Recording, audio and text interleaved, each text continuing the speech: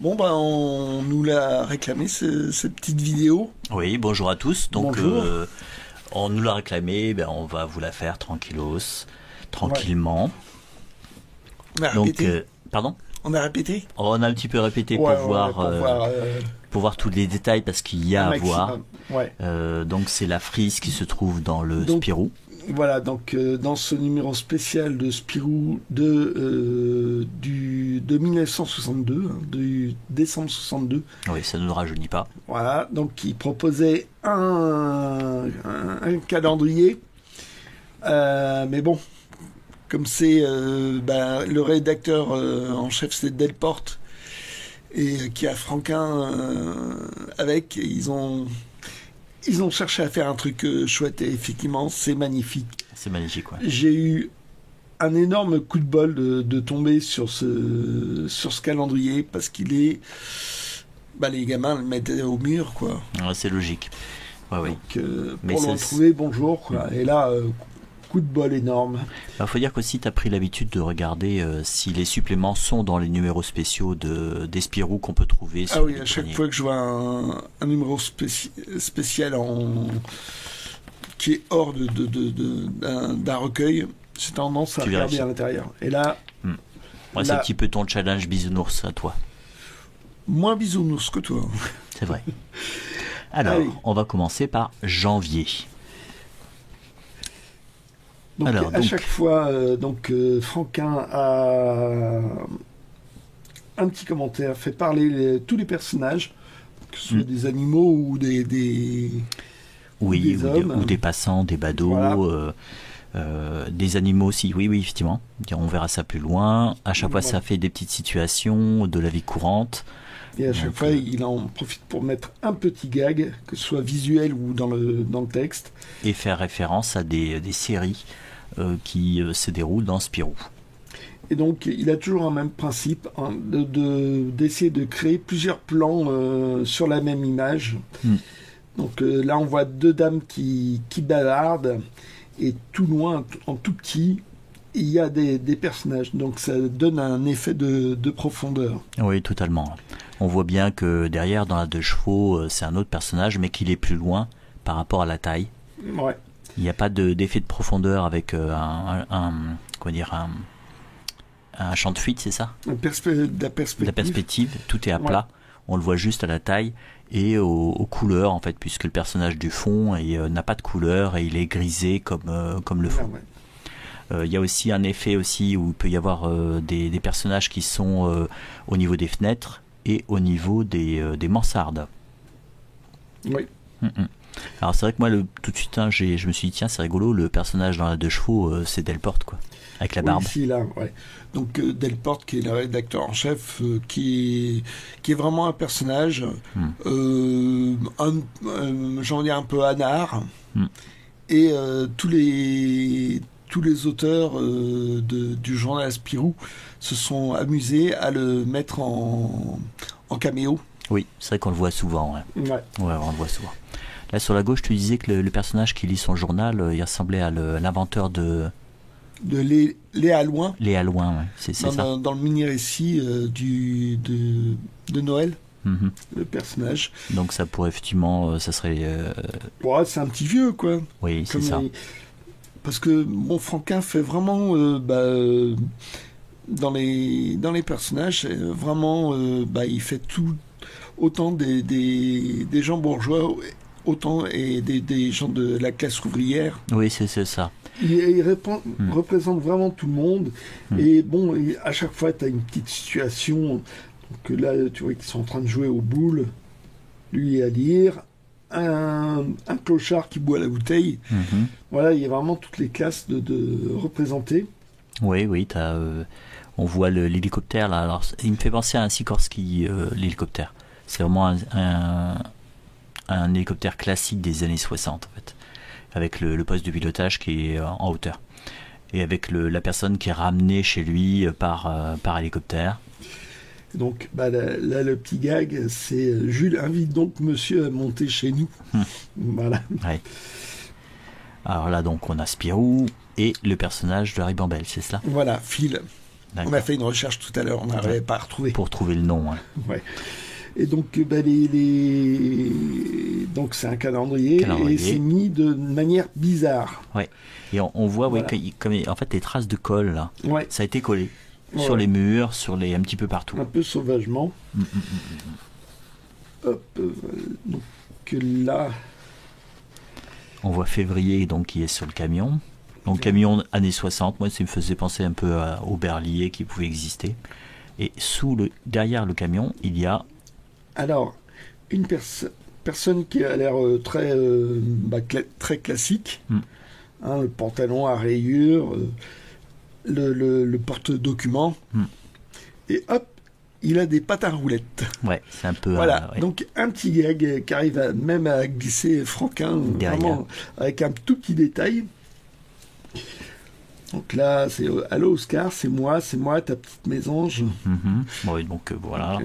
Une grosse dame. Ouais. Et donc, il y a pas mal d'interactions entre plusieurs, comme ça. Donc là, le gamin qui fait des bulles de savon. Ouais. Et là, tac, il y a une bulle qui éclate sur le nez. Donc c'est plein de petits détails et c'est ça qui rend la frise vivante. Ah ouais. Donc là, on a en fait la remorque du camion qui est soulevée par Benoît Brisefer. Donc le petit garçon très très fort. Et bien sûr, dans la bulle d'après, on glisse son nom. Voilà. Donc là, Franquin cite tous les personnages du journal Spirou un maximum. Oui. C'est une occasion de glisser, de parler de tous les personnages qui animent moins dans l'année, quoi. Donc après, en fait, il diversifie aussi la taille. Là, c'est une friche, donc là, il y a une maison qui n'existe pas. Il y a la palissade avec le monsieur qui s'est trouvé un raccourci pour passer par le terrain vague. Ah là, oui. On a Bill qui est en train d'aboyer contre un chat, évidemment. Ouais. Et Bill, comme j'ai regardé, donc c'est 62. Il a été créé en 1959 dans un mini-récit. Donc c'est vraiment tout récent. Voilà, donc c'est tout récent. Et donc Roba, qui est l'auteur, notamment, a fait les décors pour des aventures de Spirou, les Ambules, Tambo Tabou. Oui, ben là en ce moment... et un troisième, je sais plus. Les petits formats. Et les petits formats, voilà. Puisqu'en fait, à ce moment-là, en 62, c'était les petits formats qui étaient diffusés dans la revue. On voit. Voilà. Et donc, Franquin fait uniquement les personnages connus, Spirou et Fantasio, et Roba fait les autres personnages. Les autres personnages. Pour gagner du temps. Oui, parce qu'en fait, cette histoire était à l'origine pour un journal papier, quoi. Enfin, quotidien. Un quotidien, oui. Alors là, en fait, les maisons qui sont là, ce sont celles de la rue de derrière. Ouais. Et on voit toujours les interactions. Là, il y a des petites allusions donc avec Buck Danny. Là, c'est Buck Danny dans l'avion. Ouais. Il propose des albums de Buck Danny. Et donc... Là, je te tire tes grandes oreilles. Là, il y a les personnes qui n'ont pas d'antenne, donc il est sur le toit pour regarder la télévision. Il a branché sur l'antenne du voisin. Oui. Voilà. Alors moi, ce que j'ai envie de dire par rapport à la palissade, t'en vois beaucoup dans les années... dans les BD des années 50, parce qu'en fait, c'était à la sortie de la guerre, donc... Oui, et puis en fait, ça reconstruisait beaucoup. Ouais. Et en fait, à l'époque, ils mettaient des palissades pour empêcher que les personnes aillent sur le chantier ou pour empêcher qu'on aille sur un terrain vague, quoi. Et on voit ça beaucoup dans la ribambelle. Bah, notamment dans la ribambelle. Dans la ribambelle. On le voit aussi dans les bandes dessinées d'avant-guerre aussi. Dans Bico, c'est un grand classique aussi, les palissades. Et c'est rigolo, même dans la série Autobus à l'Impériale, une série anglaise, on le voit beaucoup aussi. Qui fait très ribambelle. Oui, ça fait très ribambelle. Ouais. Donc on continue. Alors là, on a le Vroop, qui est un grand classique. Oui, chez Franquin, toutes les marques d'essence. Les pompes à essence sont de la marque Vroop. Vroop. Donc ça permet de parler de la publicité sans en faire. Ça qui est marrant. comme le café chien blanc Ah au oui. lieu du café chat noir. Chat noir. Et donc là, ils évoquent donc Starter. Ouais, donc il y a son nom sur le garage. Voilà. Garage Starter. Et donc le. Donc, ça faisait une chronique auto. Hum, hum, hum, hum. Une BD au début. C'est marrant, ce personnage-là, il me fait penser à celui qui livre l'essence dans L'ombre du Z. Ouais. C'est vrai qu'il ressemble un peu. Ouais. Il ressemble un peu, ouais. Et donc il a trop monté l'ADS, ce qui fait que c'est arrivé à l'étage d'au-dessus. Voilà. Et donc le mec est soulevé par la bagnole. Voilà. Donc là, on a le... Ah, je me souviens jamais de son personnage. Archibald. Archibald. McGidding. McGidding, ok. Donc qui est là, un autre personnage de Harry Bambel. Voilà. Alors là, c'est toute la foule. Alors, on se demande ce qui suit. Il y a toutes les... Je dirais que naturellement, je pense que le regard est plutôt au niveau du sol. Et on voit toute la foule regarde en l'air. Oui, ben ça fait... regarde, voilà. Elle regarde le somnambule. Le somnambule. Et donc là, on voit vraiment la diversité des gens. Donc, et des classes sociales. Des classes sociales différentes. Et on voit que y a un côté ouvrier, avec la casquette. Et une espèce de blouson souvent en cuir. De blouson. Alors que les gens ont plutôt des par-dessus, des manteaux. Et des chapeaux, je sais pas comment ça s'appelle ces chapeaux-là. Un chapeau mou. Et comme tu avais remarqué, même les chaussures sont différentes. Oui. Ils ont des chaussures en cuir. En fait, les gens qui sont en costume ont plutôt des chaussures en cuir. Alors que là, ça ressemble un peu aux espadrilles. Ouais. Aux espadrilles telles que les Franquins dessinent. Ah, c'est marrant. Pourquoi la porte est condamnée là j'avais pas fait gaffe. Ah oui, et t'as vu, le rideau est baissé, donc c'est peut-être une maison qui va être détruite et qui a été fermée et condamnée pour éviter qu'elle soit squattée ou visitée. Ouais, et pourtant il y a une dame là. Il y a une dame qui habite là. Et donc il y a un gag, on a encore piétiné mes plates-bandes.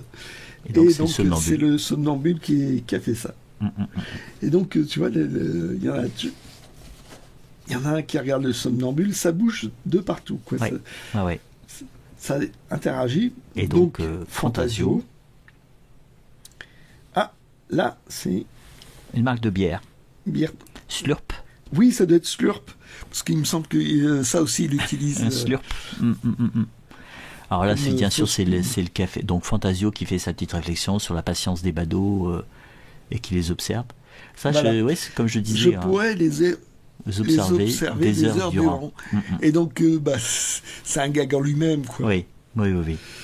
Et c'est vrai que c'est un petit peu la patience des badauds, alors que lui-même... est patient. Ouais. Oui, exact.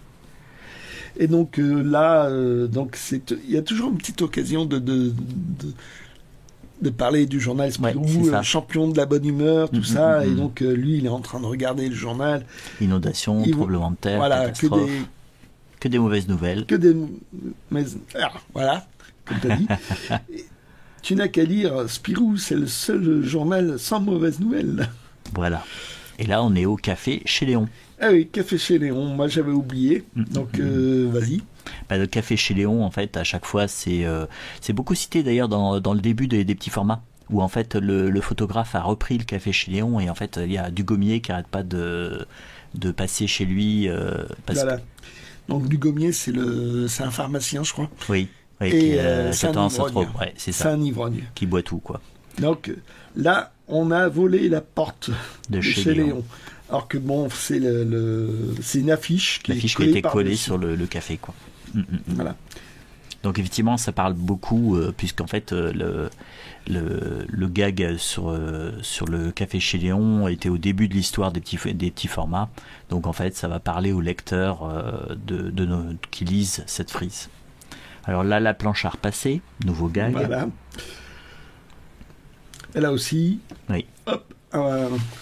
un ballon. Donc l'âge du lest. Voilà, c'est toi, il fait plein de comment s'appelle de bâtiments. Ouais. Et il y a des ruptures pour. Il y a une rupture pour donner un peu de rythme. Oui, et puis que ça change un peu. Voilà. Et là donc on a une montgolfière. Ouais. Bien sûr Spirou encore qui est cité. Oui. Hop, pub. Alors là, comme j'ai cherché, en fait, on a cherché. Je connais l'expression, l'argot de dire un sac, deux sacs. C'est je viens de m'apercevoir un voisin à qui je dois 2 sacs, donc il jette 2 sacs. Et un sac, c'était c'est de l'argent. C'est de l'argent en argot. Et on a regardé sur Wiki. C'est 1000 francs. Donc c'était 10 francs. 1000 francs anciens francs. Et là, c'est du nouveau franc parce qu'on est en 62. Donc c'est 20 francs. Donc, alors là, c'est les oiseaux. Là, il y en a un qui s'amuse à sauter sur l'antenne. Il saute sur l'antenne et donc ça brouille. Ça fait des parasites. Ça fait des parasites. Alors on a un petit tramway alors qui est un petit peu masqué. Ouais. Part encore par le mois d'avril. Et Eric et Artimois, cette série-là, je la connaissais pas. Oh, c'est une série éphémère qu'avait fait Will quand il est revenu dans le journal Spirou. À un moment donné, Will est devenu directeur artistique. Puis il y a le journal Record, puis il y avait le journal Tintin. Et puis apparemment, ça n'a pas botté Will plus que ça, parce qu'il est revenu. Il avait laissé tomber Tif et Tondu. Tif et Tondu avait été repris par un dessinateur qui s'appelait Denis. Donc la place était occupée parce que c'était un personnage qui avait racheté le journal Spirou, enfin Dupuis quoi. Donc il filait à qui il voulait. Oui. Et donc Will est revenu. Et donc il avait plus les personnages de Tif et Tondu. Donc il avait fait Eric et Artimon, et puis par la suite, tout le monde devine qu'il a repris Tif et Tondu quoi. Ah, ok. Alors là, en fait, sur le petit tramway, en fait, on voit je sais plus comment ça s'appelle ça. Un caténaire. Caténaire, oui. Donc ça permet de relier le tramway à un fil électrique et dans lequel le courant passe, et donc de faire avancer le tramway. Et là, il n'a pas dessiné parce que ça aurait été ça aurait été moche. Oui, ça aurait été moche. Voilà. Et donc on arrive en juin, donc à la première partie. Et donc là, Dizzy, donc encore un personnage de la Raymond Bell. Bon, une allusion, je pense, à Dizzy qui Oui. Donc là, il y a un gag avec une plante. Ouais. Il va falloir se décider à supprimer cette plante. Ouais. Parce qu'elle prend trop de place, effectivement. Là, on a un gag avec des gens à vélo. Donc, allez, dépêche-toi. Le patron a dit, prenez le vélo pour gagner du temps, pour porter une échelle. Ouais, pas facile. Et donc là, il y a un petit gag parce que il y a une chute, quoi. Oui, donc les chaussures, c'est pas des chaussures en cuir. On dirait des chaussures un peu de sport. Ah là. Ouais. Et puis il est à vélo. Ouais, parce qu'à l'époque, plein de gens étaient à vélo, quoi. Parce oui, c'est ça.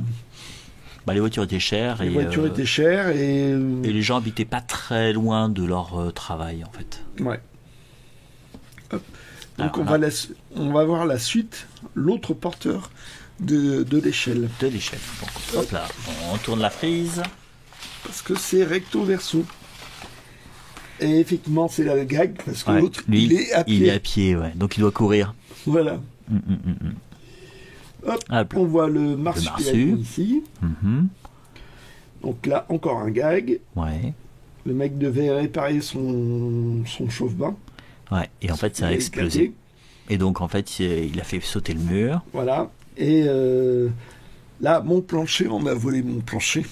Donc, c'est dans l'explosion.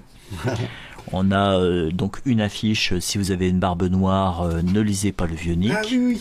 Donc, allusion à la BD de Remacle. Oui.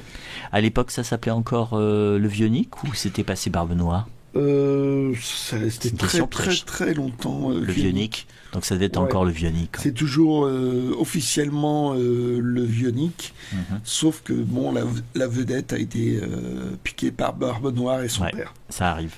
Voilà. Alors, on a un manège. On a un manège avec encore un personnage de la Raymond Bell, donc qui s'appelle Grenadine, donc la fille de l'équipe.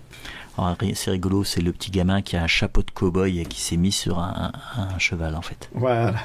Pour jouer au cow-boy à fond la caisse. Ouais, il est à fond. Ouais. Et là, t'as le grand-père qui en profite pour lécher la glace du gamin. Et le gamin aperçoit. Ah ouais. Ça, sympa. Alors ça, les deux avions. Alors ça c'est rigolo. Donc les avions publicitaires qui défilaient avec une banderole. Et donc évidemment, il y en a une qui est Lisée Spirou. Et là, on devine que c'est Lisée Tintin. Voilà. Et en fait, il envoie de la peinture pour cacher le nom. Voilà. Donc je me plaindrais, c'est pas normal. C'est pas là le jeu normal de la concurrence. Ouais. Petite guéguerre. C'est marrant parce que tu vois même dans les petits détails là, il donne un effet de mouvement. Ah oui. Oui. Avec le petit trait là au-dessus du haut du manège. Ouais. Donc on a une autre attraction de la fête foraine. Et le mec se fait braquer par son propre fusil. Voilà. Donc toujours l'effet de profondeur dont on avait parlé. Même là, tu vois, même là, ouais. Il y a 1, 2, 3 et 4 niveaux. Ouais, de plans.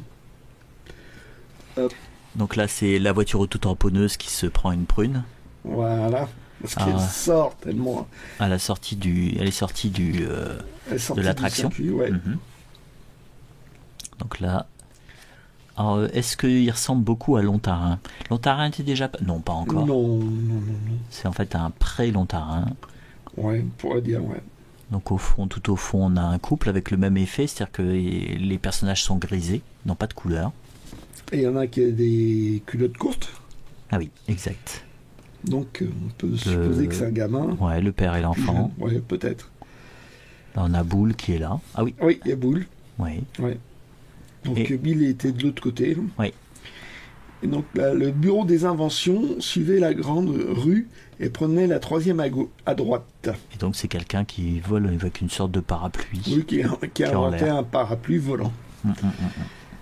Et là, hop, Hachi et Hacha. Donc je crois que c'est les 2 derniers personnages de la ribambelle. Ah ouais, j'ai l'impression qu'on a vu tout le monde. Ouais. Ah là aussi, encore un gag. Un léger gag, sans parole. C'est le truc ultra classique, donc tu peux le deviner. C'est la dame la personne qui veut celle du bas. Qui veut la boîte de conserve qui est en bas. Donc qui risque de tout faire écrouler la pyramide de conserve. C'est un gag ultra classique dans cette époque-là. C'est un classique, quoi. Ouais, c'est drôle. Et là, donc, un gag... l'épicier qui se moque, enfin qui se plaint. Qui se plaint parce qu'on lui a collé une affiche juste sur sa porte. Et effectivement, il y a une personne qui ne peut pas sortir avec le petit chien. L'épicerie des arcades. Voilà. Et effectivement, on voit les arcades qui sont là. Ouais. Donc au-dessus, là, un gamin qui est en train de jouer à la bataille navale, mais au téléphone. Et donc, tu m'as dit, ça rappelait effectivement un gag de Gaston. Il y a un gag de Gaston qui est comme ça. Ouais. Donc là, toujours une allusion à Spirou. Pour moi, il n'y a aucun espace. À chaque fois, je pense qu'il rajoutait des choses. Il a dû rajouter des choses au fur et à mesure pour laisser aucun espace libre et qu'il y ait toujours quelque chose qui rende la frise vivante. Ouais, toujours quelque chose qui se passe, évidemment. Et c'est l'occasion de parler d'un autre personnage qui s'appelle Marc Dacier, dessiné par Paap et scénario de Charlier. Donc là, on voit la sortie d'un, Schtroumpf, un cinéma. Un cinéma avec l'entrée et sortie. Voilà. Donc avec les photos d'exploitation. C'est l'occasion de parler de Schtroumpf. Voilà, on a vu un Schtroumpf ailleurs. Non, c'est plus tard. C'est plus loin dans la frise. Et donc là, en guise de publicité. Oui, c'est Lisée Sandy. C'est Lisée Sandy, donc il a, je crois, une BD dans la poche. Oui, c'est ça. Donc c'est la série dessinée par Lambil. Avant qu'il fasse les cliniques bleues, il a fait pendant très très longtemps Sandy. Donc le kangourou de Sandy. La caissière, elle est étonnée. Oui, plutôt. Ouais. C'est et donc le gamin qui dit Bop, ça vaut pas une histoire de Gilles Jourdan. histoire de glisser Gilles Jourdan dans l'histoire. Voilà, dans la frise. Mais tu vois, les gens fumaient à l'époque. Hein. C'était une chose courante. Hop. Alors, on a nos 2 autres corbeaux qui sont là. Et donc, c'est l'occasion de parler de Rodney Haussmann. De la chronique. Qui faisait Saki, mais surtout, il faisait une chronique animalière, où c'était plutôt de l'illustration, des très belles illustrations. Oui. Et là, un gag classique. Alors, pour les gens qui connaissent que le portable, là, non, le téléphone était rare. Ouais. Donc il y avait des cabines. Il y avait des cabines à pièces, des cabines téléphoniques. Et parfois, on devait faire la queue pour pouvoir téléphoner. Voilà. Et donc, il y a un gag dans un Tintin comme ça. Et donc, là, il y a l'évocation de la série Timur par Sirius. Oui. Voilà, donc ils attendent. Et, petit gamin, en fait, ça dure longtemps parce qu'il est en train de jouer au téléphone à la bataille navale. Donc, ça rappelle... Le gag qui était juste avant. C'est la fin du gag. Donc, bien sûr, c'était pas des cabines, des claviers à touche. Donc, on le voit ici, là. En fait, il fallait mettre un doigt et vous tourniez pour avoir au numéro. Vous mettiez le doigt dans l'encoche du numéro correspondant et on faisait ce geste-là. Et ça envoyait le nombre d'impulsions qui correspondait au chiffre que vous aviez choisi. Hop, là, autre gag. Donc, l'Assemblée Générale du Club des 100 kilos aura lieu dans ma petite mansarde. Donc, effectivement, on se demande comment il fait pour rentrer au numéro 3. Au numéro 3 par la porte. Et on voit plein de fissures, en fait, comme si le bâtiment avait du mal à supporter le poids de l'association. Et en fait, ce qui est marrant surtout, c'est que tout est à l'extérieur. Je dirais, il n'y a pas de place. Il n'y a pas de place dans sa mansarde. Donc, tous les livres sont sur le balcon. La vaisselle est là. Les bouteilles, les produits d'entretien, je ne sais pas. Ah oui, c'est des toutes petites mansardes, un tout petit bâtiment en fait, tout simplement. Là, tu as une enseigne pour un cordonnier. Ouais. Là, un truc typique, je dirais belge, parce que en France, j'en vois pas les lampadaires accrochés au... Comme ça, accrochés à la... Si, moi, avant, j'en ai déjà vu, moi. Mais c'est vraiment dans les vieilles villes qu'il y a ça.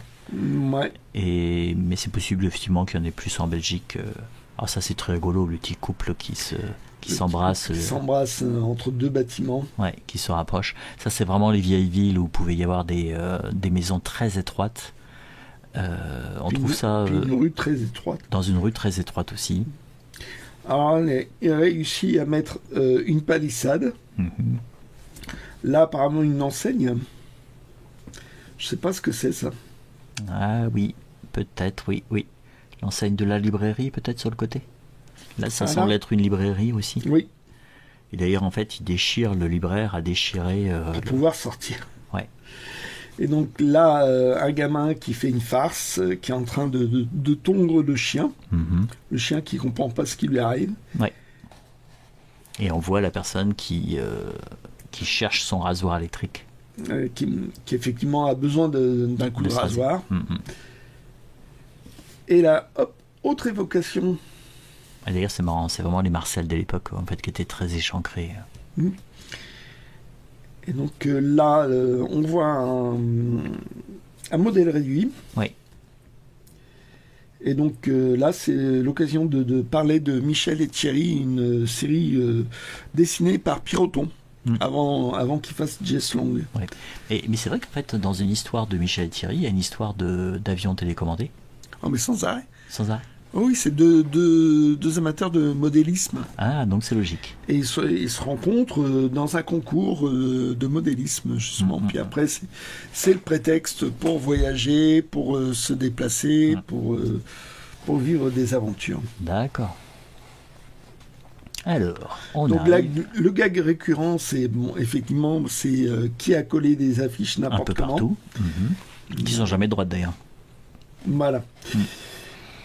Et là, hop, là on a calé. On a calé.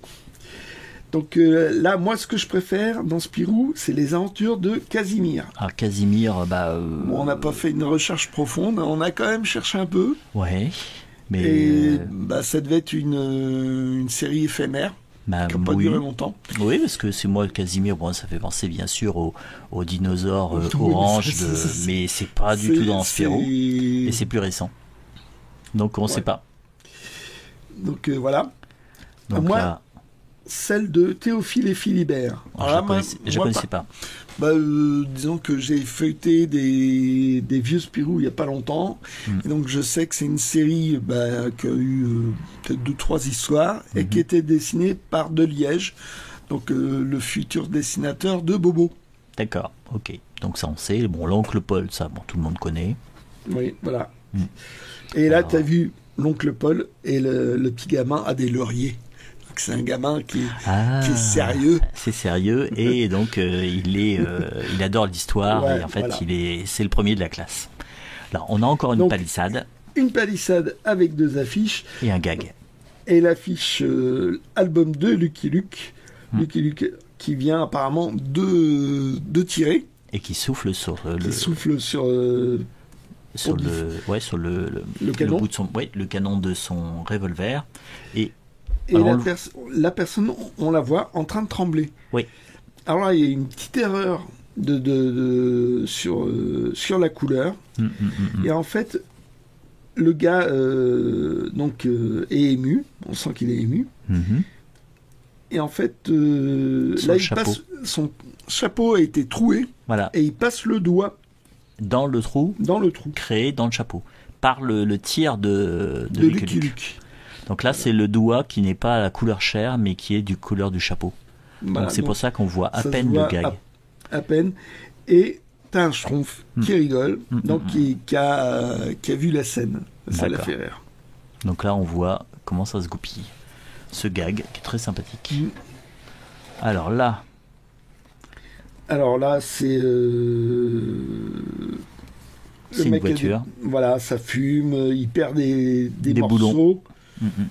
Ça se démonte et donc c'est l'occasion de parler de Starter. La chronique auto de Starter, donc animée par JDM.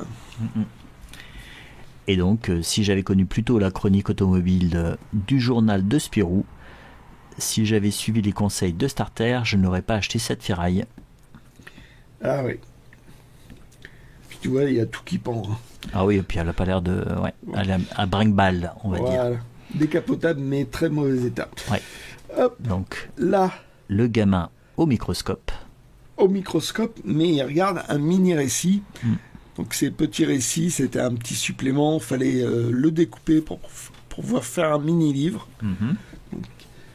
Donc là, comme c'est au microscope, il le voit de manière géante. Voilà. Donc on a décembre, on est déjà arrivé à décembre. Ouais. Et donc, on voit que il y a quelqu'un qui est monté à l'échelle, qui est descendu, hop, pour le faire, et il apparaît. Et donc c'est Gaston qui a le pot de colle, le bâton, je sais pas comment appeler ça. Oui, le pinceau, le méga pinceau, la brosse, ouais, pour coller. Donc c'est lui qui a collé n'importe comment les affiches. Voilà. Et hop, ça tombe sur qui? Sur The Messmaker. Bien sûr. Et donc, comme par hasard. Qui a l'air en pleine pif. Et je suis tout de même arrivé à les coller ces 12 mois. Grâce à cette colle forte, je leur en aurais mis plein la vue. Et bien sûr, POC, c'est The Messmaker qui se prend le coup de la colle. Hop. Et on arrive au dernier gag. Voilà, donc là, hop, tu vois juste une évocation de volet, donc ça donne comme une espèce de perspective, une fausse perspective. Donc là, on arrive sur une place. Là, toujours la perspective, hop. On dirait un prêtre, non? Ouais, on dirait un prêtre qui lit sa Bible. Donc toujours le tout petit. Tout petit détail. Ouais. Et là, ça aurait dû rester le haut vent. Oui. On se demande comment il est là, ce haut vent, c'est bizarre. Il aurait dû rester en grisé parce que là, on le voit trop. Ouais, on le voit trop. Ouais. Donc c'est le prêtre qui passe sous le auvent d'un bâtiment. La façade au fond. Donc on a un castor. Et donc les castors, ça évoque la patrouille des castors, évidemment, dessinée par Mittak. Hop. On a Spip. Qui sort. Et qui dit qu'il n'y a même pas la saison des noisettes. Une magnifique statue de Jean et Père Louis. Donc comme ça a un saut dans le temps, c'était une façon de montrer quoi, montrer Jean et Pierre Louis. Ah, c'est pas bête du tout. Et là donc un flic, parce que un policier. Et tu vois comme le castor s'est occupé de l'arbre il bouge, il vibre. Oui, parce qu'en fait il a grignoté l'arbre. Le tronc. Et c'est pour ça que le policier lui demande ses papiers, parce qu'en fait il est en train de couper l'arbre. Et là, de ce côté-ci, on a une capsule spatiale. Et dans le même temps, en fait, on a feuilleté un petit peu le Spirou de 62, et c'est dans le Bug Danny, on voit ça en haut de la bande qui évoque c'est les chasseurs de satellites. Comment ça s'appelle l'histoire? Je sais plus. On a cette capsule. On va regarder. Hop. Donc on retrouve les histoires qui ont été évoquées. Évidemment, je ne vais pas le retrouver. La dernière page, j'imagine, comme d'habitude.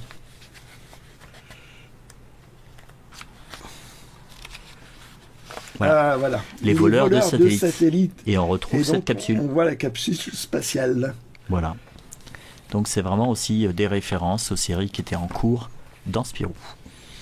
Et donc là il y a un dégagement, donc ça permet de la placer. De la placer. Et donc signé Franquin et JDM. Donc 1962. Voilà. Et voilà. Et on arrive à la fin de la frise. Voilà. Et donc elle est magnifique. Supplément gratuit à Spirou 1287 du 13-12-62. Voilà. Bon. Voilà, on vous a présenté ceci. Et j'espère que ça vous a plu, que vous avez pu voir plein de détails. N'hésitez pas, si vous connaissiez la série Casimir, oui. À mettre un message dans les commentaires. Voilà. Bon, voilà, on va vous souhaiter une bonne semaine. Allez, ciao.